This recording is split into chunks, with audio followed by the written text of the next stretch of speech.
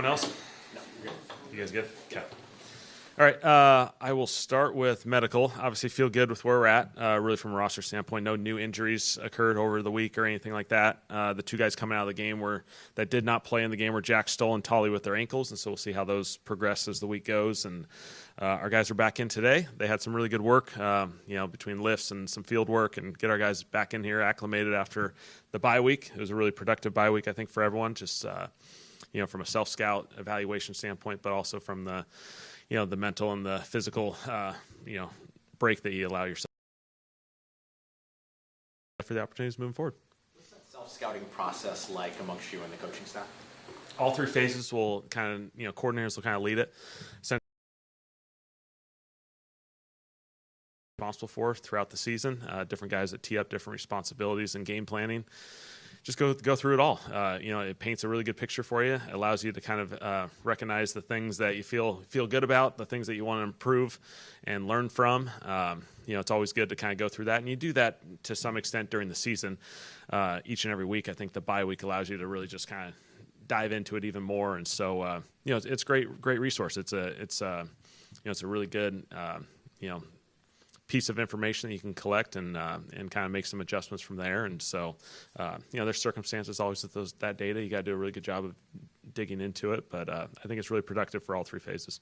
Kind of some of the takeaways when you look at the offense, just from a soft scouting perspective. Yeah, I think progress is always the goal, and just continuing to progress. And I think for us, situational football comes up a lot, and obviously red zone.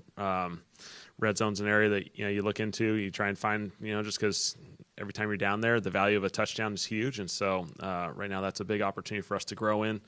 Some of the run game things is opportunities to grow in, create explosive plays. There's always little margins that hopefully we can improve on. How beneficial is it to have that bye week happen right after that great performance with Tyler Shuck to get him some self-scouting and to help his development even more? Yeah, Tyler got a couple games under his belt before the bye week, and so we can kind of utilize that information, collect what happened over the course of those two games. I thought obviously we felt good with where things were trending coming out of the Carolina game, and hopefully we can continue to progress there. I thought Tyler's had a good couple weeks. What were your main takeaways when you looked at those couple of starts from him during the self-scouting? Yeah, I think he's doing a good job. He's operating at a really high level. The operation feels really clean. I think some of the things that showed up was make some plays on some hard downs, and I think that's credit to Tyler and these guys on offense of making some plays. Third downs, red zone, 2-minute drives, like those are hard situations, and those can be challenging. And so, for him to make some big time plays in that, obviously credit to those guys. They extended drives and created some points. Since moving to New Orleans, how much have you learned about the Saints-Falcons rivalry? Yeah, definitely one that we've talked a lot about. Obviously, this will be my first experience. I'm excited about this opportunity.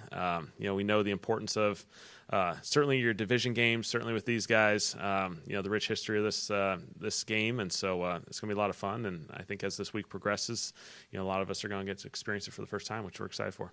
Were you aware of the rivalry before arriving here, or is that something you kind of learn about throughout your process here? No, I think you're aware of it.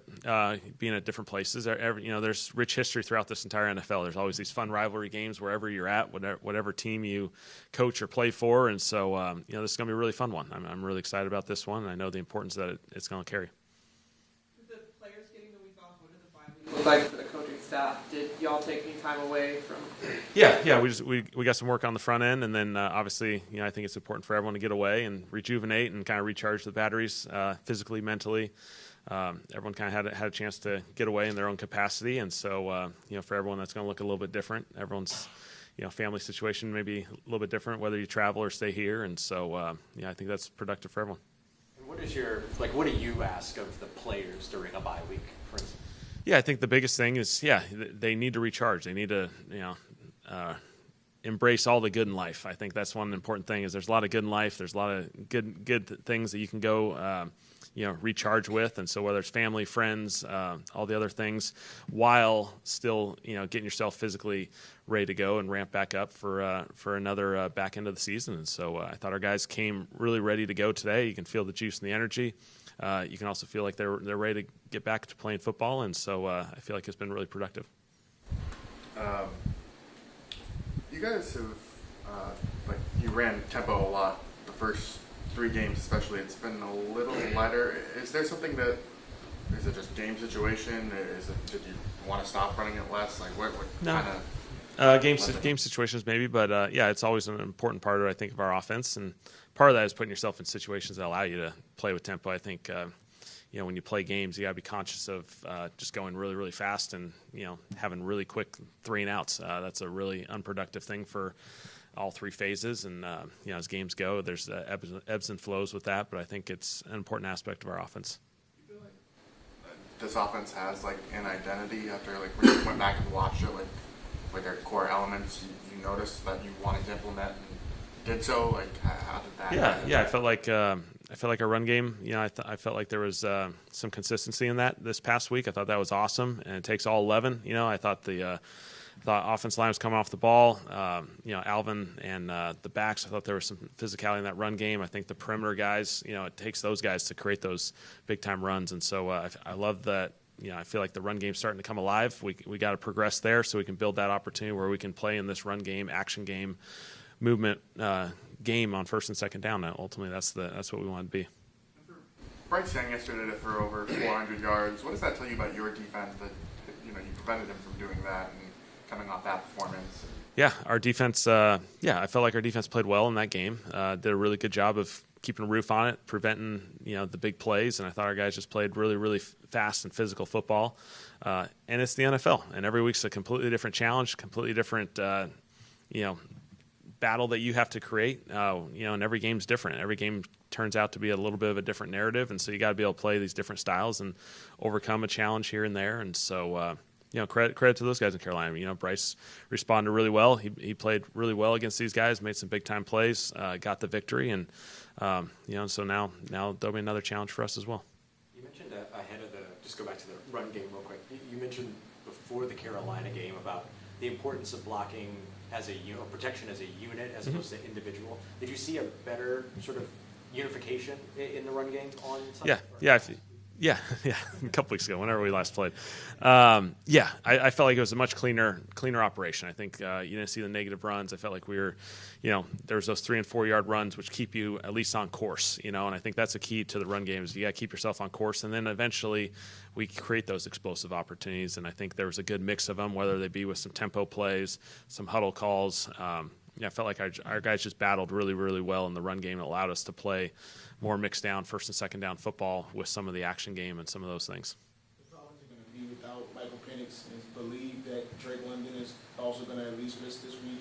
How do you approach that with them missing 2 of their top offensive guys? Yeah, we'll see how all that progresses. Obviously fortunate for them. They have, Kirk as a backup quarterback who, for in this league's been one of the top guys for a really, really long time. And so, they got to feel fortunate to have Kirk available and ready to go if that circumstance presents itself. They're a really deep offense. They've invested a lot on that side. Obviously, they still have one of the best running backs in this league. That's going to have a huge impact on this game. And so it'll be a lot of fun.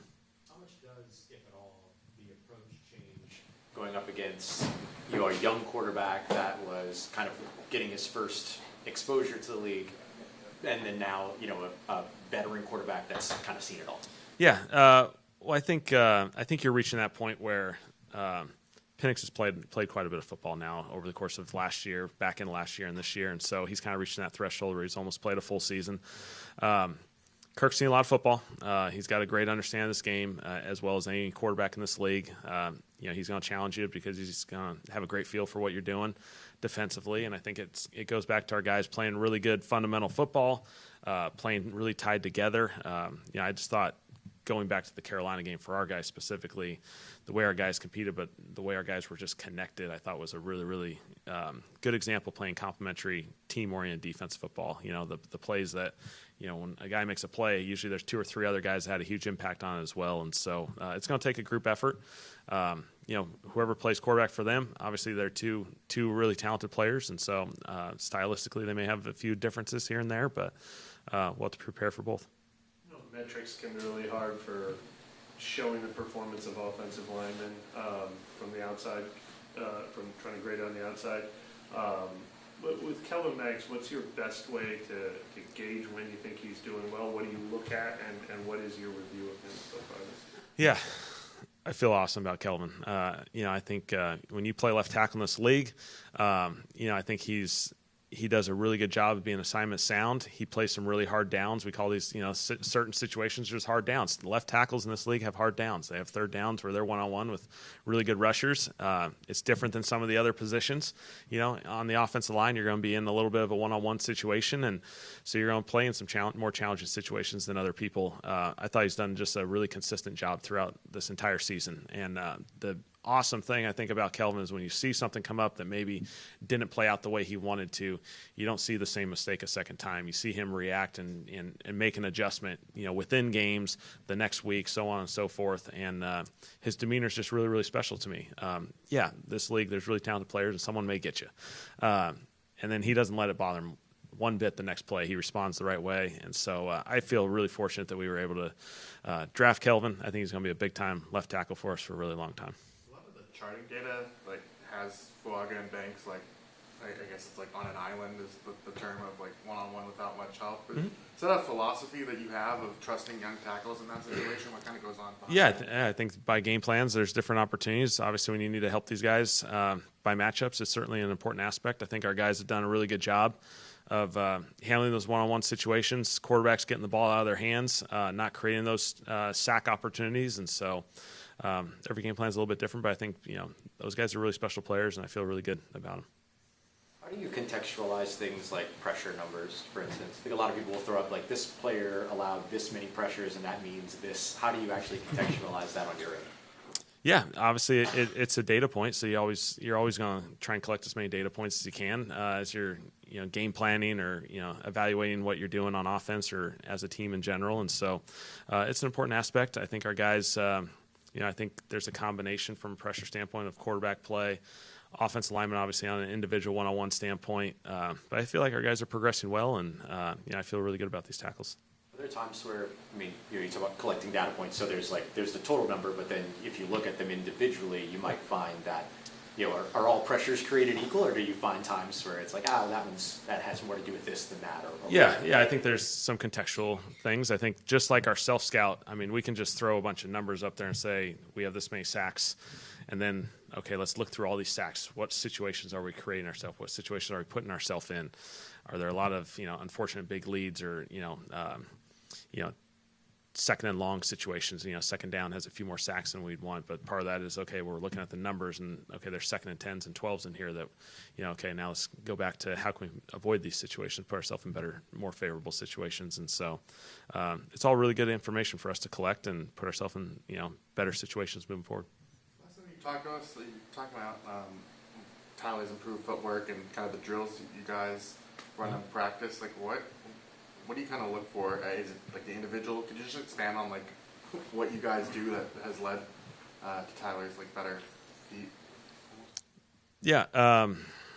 From an individual standpoint, there's obviously a lot of fundamental opportunities you have during practice. Scott Tolzien does an awesome job with these guys, working with them just from a fundamental standpoint, drilling and putting yourself in as many of these situations as possible. I think there's always two parts to development from a footwork standpoint for quarterbacks. There's the ideal setting where you have to play with rhythm and timing, and you want when you have the ideal situation, you want to play in ideal timing, and that's a really, really important aspect. And so that's the first part. But then there's the part of inevitably you have to move off your spot. The timing's different, and so you got to work both of these environments. And so they do a lot of different drills. I think that's the one thing. It's a creative element. You're constantly trying to put yourself in different situations in practice. Okay, we're going to put ourselves in a step up situation. Okay, now we're going to put ourselves in a situation where you can't step up. Okay, how do we react to this? Okay, maybe it's to the left or the right.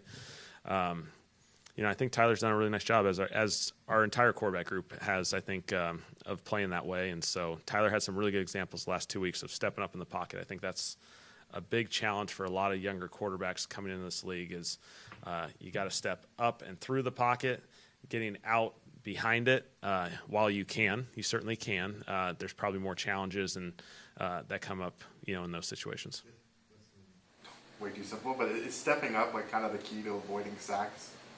Well, I think I think it's the cleanest opportunity, but it takes everyone being tied together. I mean, obviously, we need the interior of the offensive line protecting at a really high level that allows you to create that pocket to step up, keep your eyes downfield, make really good decisions. I think, obviously there's been some progress there, I think, in a positive manner.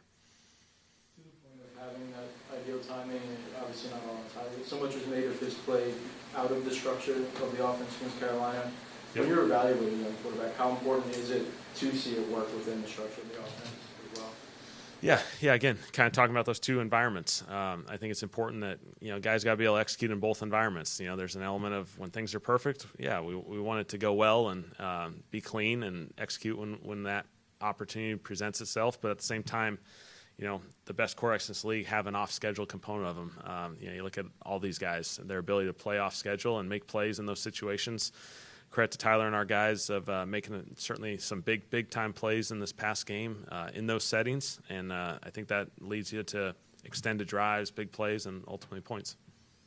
Yeah, last week and said Mickey's not going anywhere. I'm just wondering what that does for you as your coach and your relationship with Mickey, and knowing that he'll be here for the future, and what that does for your guys' relationship.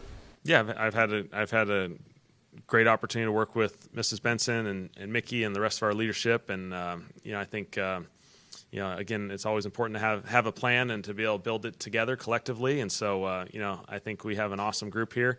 It's a group that allows us to kind of build it in a really clean manner that leans on certainly the experience of Mickey's and a number of our personnel guys has been awesome for us to utilize. And so, I'm excited for where we're going. I'm excited, the way our guys have handled some challenging situations early in this year to navigate that, to come out and, we got some awesome opportunities moving forward with some, 4 division games, the back end of the year, some other big time opportunities. I'm excited for where our guys are continuing to grow with. The word rebuild often, carries sort of this dirty word reputation a lot in the league. But, in the situation that you all are in, what are some of the signs of optimism for you that this process is going in the right direction and that the vision is clear?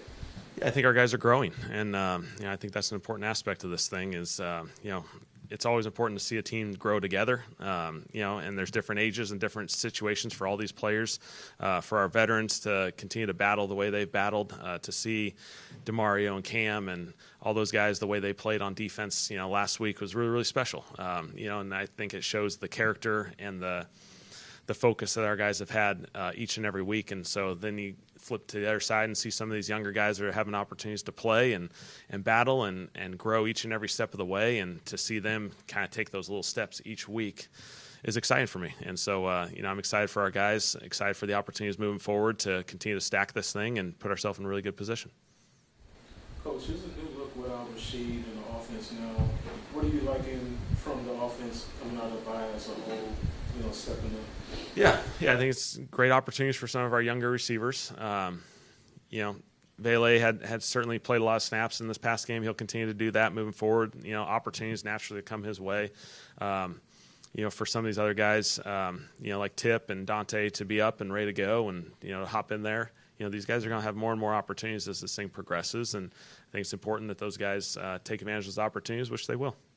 What can you say about Shuck's mental toughness so far in his 2 games that you evaluated?